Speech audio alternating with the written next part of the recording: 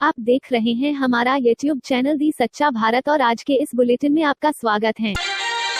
पाली शहर के नहर बुकिंग बस स्टैंड पर रोडवेज बस परिचालक के साथ हाथापाई करने से सभी परिचालक एक हो गए और जाम लगा दिया। मारपीट करने वाला हाथ पैर के मोजे एवं मोची का कार्य करते हैं। आक्रोशित में दो बस परिचालक ने बसें आमने सामने खड़ी कर बसें नहीं हटाने के लिए जाम लगाया। वही थोड़ी देर बाद ट्रांसपोर्ट नगर पुलिस मौके पर पहुंचकर जाम को हटाया एवं 5 लोगों को पकड़ हिरासत में लिया। पूछताछ जारी है। प्रधानमंत्री नरेंद्र मोदी ने देश के 7 राज्यों के किसानों से की चर्चा। L&T ने 3D प्रिंटिंग टेक्निक से बनाई देश की पहली बिल्डिंग। भारत और ऑस्ट्रेलिया के बीच 4 टेस्ट की सीरीज का दूसरा मैच आज। रजनीकांत हुए हैदराबाद के अपोलो हॉस्पिटल में भर्ती और ऐसी ही तमाम बड़ी खबरों पर डालेंगे नजर। तो चलिए फटाफट शुरुआत करते हैं आज के रोचक तथ्य के साथ। अब कान की मैल यानी ईयर वैक्स से शुरुआती स्तर पर ही डायबिटीज का पता लगाया जा सकेगा। टेस्टिंग के दौरान ईयर वैक्स से ग्लूकोज का लेवल जांचा जाएगा। टेस्ट को विकसित करने वाली यूनिवर्सिटी कॉलेज लंदन के एक्सपर्ट का दावा है कि यह 60% तक सटीक परिणाम बताता है और सस्ता भी है। इसे महीने में एक बार कराया जा सकता है जैसे ब्लड टेस्ट होता है। अब सुनते हैं देश दुनिया राजनीति की सभी बड़ी खबरें। दिल्ली बॉर्डर पर 30 दिन से किसान धरना दे रहे हैं। इस बीच प्रधानमंत्री नरेंद्र मोदी ने शुक्रवार को देश के 7 राज्यों के किसानों से चर्चा की। उन्होंने किसानों से नए कृषि कानून, खेती के तरीके, उनके फायदे नुकसान, कंपनियों से एग्रीमेंट जैसे कई मुद्दों पर बात की। किसानों से पूछा कि कंपनियां उनसे चीजें लेती हैं या जमीन भी ले जाती हैं। जवाब में किसान बोले कि जमीन की तो कोई चर्चा ही नहीं होती, एग्रीमेंट से हमें फायदा हो रहा है। कल ही पीएम मोदी ने 9 करोड़ किसानों के खातों में 18,000 करोड़ रुपए की सम्मान निधि ट्रांसफर की। इस मौके पर मोदी करीब 80 मिनट बोले। पहले उन्होंने हरियाणा, मध्य प्रदेश, महाराष्ट्र, तमिलनाडु, यूपी, ओडिशा और अरुणाचल के किसानों से बात की। फिर अपने भाषण में 20 मिनट सिर्फ किसान आंदोलन पर बोलते रहे। इस दौरान उन्होंने पश्चिम बंगाल की मुख्यमंत्री ममता बनर्जी को कल एक बार फिर निशाने पर लिया। उन्होंने कहा कि जो अपने यहाँ किसानों को फायदा नहीं पहुंचने दे रहे, वे दिल्ली आकर किसानों की बात करते हैं। मुझे आज इस बात का अफसोस है कि मेरे पश्चिम बंगाल के 70 लाख से ज्यादा किसान भाई बहनों को योजना का फायदा नहीं मिल पाया है। इस पर ममता बनर्जी ने कहा कि मोदी आधा सच बोल रहे हैं और लोगों को गुमराह करने की कोशिश कर रहे हैं। कल 2 राज्यों में प्रदर्शनकारियों का उग्र रूप देखने को भी मिला। पंजाब के फगवाड़ा में किसानों ने बीजेपी नेताओं का घेराव किया। बीजेपी के नेता यहां अटल बिहारी वाजपेयी जी की जयंती के कार्यक्रम में पहुंचे थे। किसानों के विरोध की वजह से इन नेताओं को पुलिस सुरक्षा में होटल के पिछले दरवाजे से निकलकर भागना पड़ा। वहीं उत्तराखंड के उधम सिंह नगर में प्रदर्शन कर रहे किसानों को पुलिस ने बाजपुर में बैरिकेड लगाकर रोकने की कोशिश की। इस पर एक किसान ने बैरिकेड पर ही ट्रैक्टर चढ़ा दिया। हालांकि इस घटना में किसी को चोट नहीं पहुंची। उधर दिल्ली में पुलिस ने चिल्ला और गाजीपुर बॉर्डर बंद कर दिए हैं। शनिवार को NH-44 को भी ट्रैफिक के लिए बंद रखा जाएगा। राजस्थान में अलवर के शाहजहांपुर खेड़ा बॉर्डर पर भी किसान आंदोलन तेज हो गया है। आंदोलनकारियों की बढ़ती संख्या और किसानों के दिल्ली कूच की आशंका को देखते हुए शुक्रवार दोपहर 2 बजे हरियाणा पुलिस ने जयपुर दिल्ली हाईवे की दूसरी लेन को भी बंद कर दिया। इधर केंद्रीय रेल मंत्री पीयूष गोयल ने कहा कि किसानों के पास कोई तर्क नहीं है, इसलिए वे चर्चा से भाग रहे हैं। देश में शुक्रवार को कोरोना के 22,336 नए मामले सामने आए। 22,134 मरीज ठीक भी हुए और 251 लोगों की मौत हुई। इस तरह एक्टिव केस में सिर्फ 63 की संख्या की कमी आई। मुंबई के उपनगर और एशिया की सबसे बड़ी झुग्गी बस्ती धारावी में शुक्रवार को कोरोना का एक भी नया मरीज नहीं मिला। उर्दू के मशहूर शायर शमशूर रहमान फारूकी का शुक्रवार को इलाहाबाद में निधन हो गया। वे हाल ही में कोरोना से उबरे थे। कर्नाटक में ब्रिटेन से लौटे 10 लोग पॉजिटिव पाए गए हैं। वे नए स्ट्रेन से संक्रमित हैं या नहीं, इसका पता लगाने के लिए उनके सैंपल्स रिसर्च सेंटर भेजे गए हैं। दुनिया में कोरोना मरीजों की बात करें तो उनकी संख्या अब शुक्रवार को 8 करोड़ को पार कर गई। अब मरीजों की कुल संख्या 8 करोड़ 2,900 हो गई है। इनमें से 5 करोड़ 63 लाख से ज्यादा लोग ठीक हो चुके हैं, जबकि 17,53,000 से अधिक लोग अपनी जान गंवा चुके हैं। उधर कोरोना वायरस के नए स्ट्रेन पर साउथ अफ्रीका और ब्रिटेन में ठन गई है। दोनों एक दूसरे के स्ट्रेन को ज्यादा खतरनाक बता रहे हैं। मुंबई पुलिस ने दावा किया है कि ब्रॉडकास्ट रिसर्च काउंसिल BARC का पूर्व CEO Partho Dasgupta television rating point यानी TRP फर्जीवाड़े का मास्टरमाइंड था। दास ने ही रिपब्लिक टीवी समेत कुछ चैनलों की TRP में हेरफेर की थी। इधर रिपब्लिक टीवी ने एक बयान जारी कर कहा कि पुलिस के आरोप हास्यास्पद हैं। इस जांच का मकसद सिर्फ रिपब्लिक टीवी को टारगेट करना था।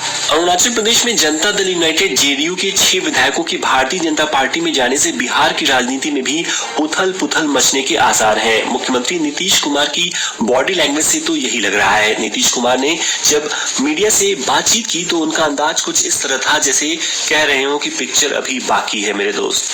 मुंबई की लोकल ट्रेन में महिला से रेप का मामला सामने आया है।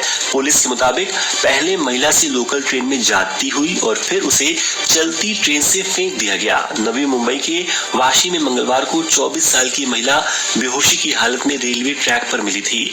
2 दिन बाद होश में आने के बाद उसके बयान के आधार पर गुरुवार को मेडिकल टेस्ट कराया गया। इसमें रेप की पुष्टि हुई। अयोध्या में बन रहे राम मंदिर के लिए धन संग्रह कार्यक्रम को लेकर उज्जैन में हिंदूवादी संगठनों द्वारा शुक्रवार को निकाली गई रैली में शहर के बेगम बाग इलाके में अचानक पथराव कर दिया गया। विवाद की शुरुआत सड़क पर एक टक्कर से शुरू हुई और फिर जमकर पथराव हुआ। पथराव में कई लोग घायल भी हुए हैं। स्थिति की गंभीरता को देखते हुए जिले के कलेक्टर और SP ने खुद मोर्चा संभाल लिया और शहर के अधिकांश थानों के पुलिस बल को प्रभावित क्षेत्र में तैनात कर दिया गया। वर्ल्ड हेल्थ ऑर्गेनाइजेशन WHO ने कोविड-19 गाइडलाइन और अपडेट के लिए एक नया ऐप लॉन्च किया है। इस ऐप का नाम WHO कोविड-19 अपडेट्स है। इस ऐप पर यूजर्स को कोरोना महामारी से जुड़ी एकदम सटीक जानकारी मिल सकेगी। जिला कलेक्टर हरदीप द्वारा जिले में शुक्रवार को कोरोना के 75 नए मरीज मिले। वहीं 31 मरीज स्वस्थ हुए। जिले में 445 लोगों के सैंपल लिए गए। इसी के साथ जिले में संक्रमित मरीजों का आंकड़ा अब 12,532 पहुंच गया है। इनमें से 12,178 मरीज स्वस्थ हो चुके हैं। वर्तमान में 354 केस एक्टिव है, जबकि जिले में कोरोना से अब तक 181 लोग दम तोड़ चुके हैं।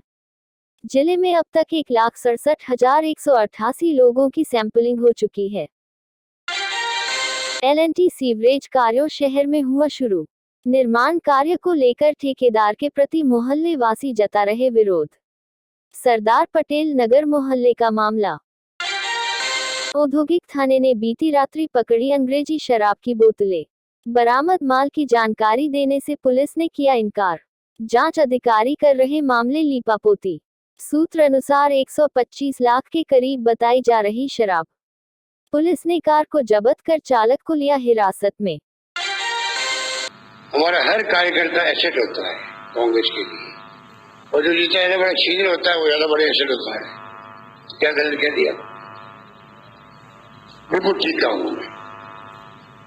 तो हम लोग निकले थे जैसलमेर से होटल निकले थे तो अजय बाबू हमारे साथ थे, और दिल्ली से जब बातचीत हुई वे सब लोग आ रहे थे। ठीक है, तो मैंने पहला आप लोगों को स्टेटमेंट दिया था मीडिया को, फॉरगेट एंड फॉरगिव। एक लाइन में संदेश चला गया पूरे देश के अंदर कि मुख्यमंत्री ने क्या बात कही है। कुछ जो मौजूद बात थी उस वक्त में, अभी तो जो बात छोड़ो उनको, भूलो और माफ करो, इससे अच्छी की बात हो नहीं सकती। अब ये बात तो सबको समझने वाली बात है, जो ना समझे वो अनाड़ी है। मैंने दिल से कहा है फॉरगेट एंड फॉरगिव। इसका मतलब अगर मैंने कोई गलती करी है तो फॉरगेट एंड फॉरगिव करो, उसका मतलब ये भी होता है।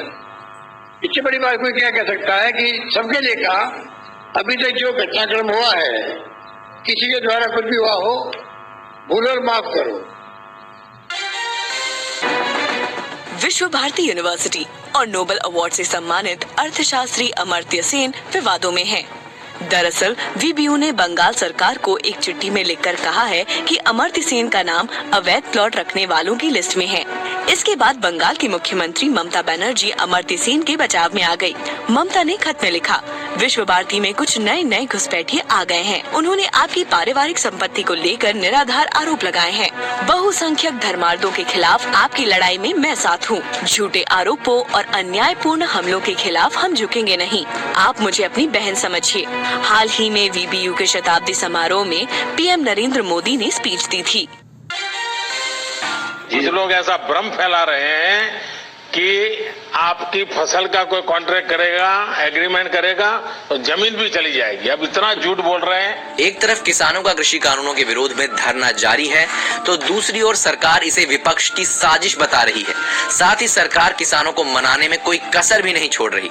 कभी चिट्ठी पे चिट्ठी भेज रही है तो कभी किसानों से 1-to-1 चर्चा कर कृषि कानूनों के फायदे गिना रही है। प्रधानमंत्री नरेंद्र मोदी भी शुक्रवार को देश के 7 राज्यों के किसानों से नए कृषि कानून, खेती के तरीके और कंपनियों से एग्रीमेंट जैसे कई मुद्दों पर उन्होंने बात की।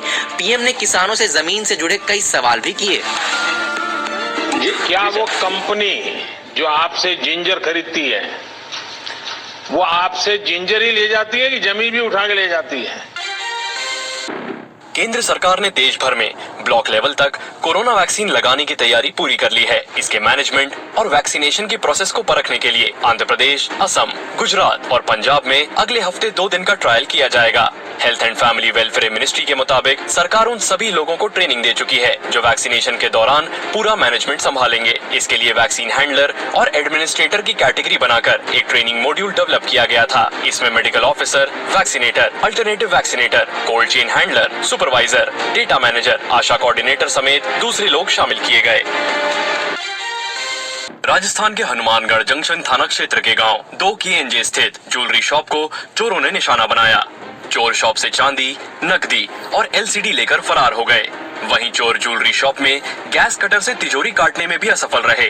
ज्वेलर राधे श्याम पुत्र ब्रिजलाल सोनी निवासी 2 KNJ ने चोरी का केस दर्ज कराया। पुलिस मामले की जांच कर रही है। हमेशा विवादों में रहने वाली एक्ट्रेस कंगना रनौत ने क्रिसमस की बधाई भी एक अलग अंदाज में दी। उन्होंने सोशल मीडिया पर फोटो शेयर करते हुए लिखा, मैरी क्रिसमस सिर्फ उन लोगों के लिए जो सभी इंडियन फेस्टिवल का सम्मान करते हैं और उन्हें जो हिंदू फेस्टिवल को लेकर सिलेक्टिव एक्टिविज्म नहीं करते। फोटो में कंगना एक बड़े क्रिसमस ट्री के साथ अपने भांजे को गोद में लेकर खड़ी दिखाई दी। और ऐसे ही नए अपडेट पाने के लिए द सच्चा भारत चैनल को सब्सक्राइब कीजिए। धन्यवाद।